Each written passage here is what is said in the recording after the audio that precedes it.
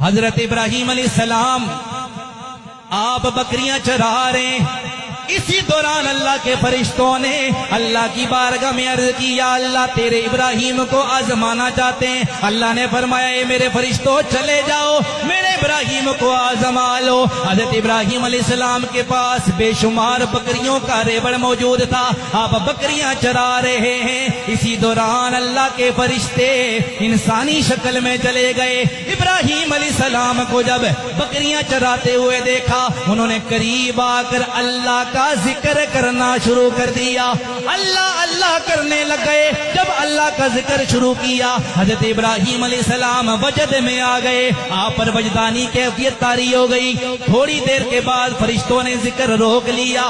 آپ نے فرمایا اللہ کے بندو روک کیوں لیا، ذکر روکا کیوں ہے؟ وہ کہنے لگے ہمارا جو ذکر تھا وہ پورا ہو گیا، اگر اب ذکر سننا چاہتے ہو کوئی قیمت بھی دے دو۔ ابراہیم علیہ السلام نے فرمایا اگر قیمت چاہتے ہو میری آدھی بکریاں تم لے لو، مجھے اللہ کا ذکر سناؤ۔ انہوں نے آدھی بکریاں لے لی، اس کے بعد پھر اللہ اللہ کرنے لگ گئے۔ حضرت ابراہیم پر پھر کیفیت طاری ہونے لگی۔ تھوڑی دیر گزری، فرشتوں نے پھر ذکر روک لیا۔ ابراہیم علیہ السلام نے فرمایا اے بندو اب ذکر کیوں روک لیا؟ فرشتے کہنے لگے اے ابراہیم علیہ السلام ہماری قیمت پوری ہو گئی ہے، جو آپ نے قیمت دی تھی وہ قیمت پوری ہو گئی ہے، اب نئی قیمت دو گے تو اور ذکر سنائیں گے۔ حضرت ابراہیم نے فرمایا یہ ساری بکریاں لے لو، مجھے اللہ کا ذکر سناؤ۔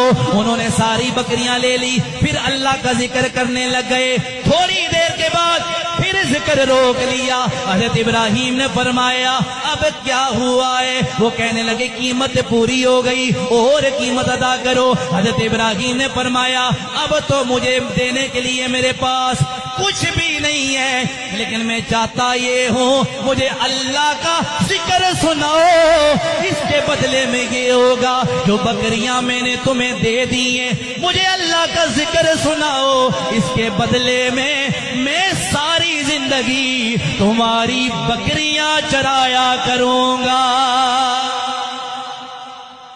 کہا مجھے اللہ کا ذکر سناؤ، اس کے بدلے بکریاں دے دیا، بکریاں چراؤں گا لیکن مجھے اللہ کا ذکر۔ فرشتے کہنے لگے ابراہیم ہم اللہ کے فرشتے تھے، آزمائش کے لیے آئے تھے، اللہ نے فرمایا ہے کہ میرا ابراہیم آزمائش میں کامیاب ہو گیا۔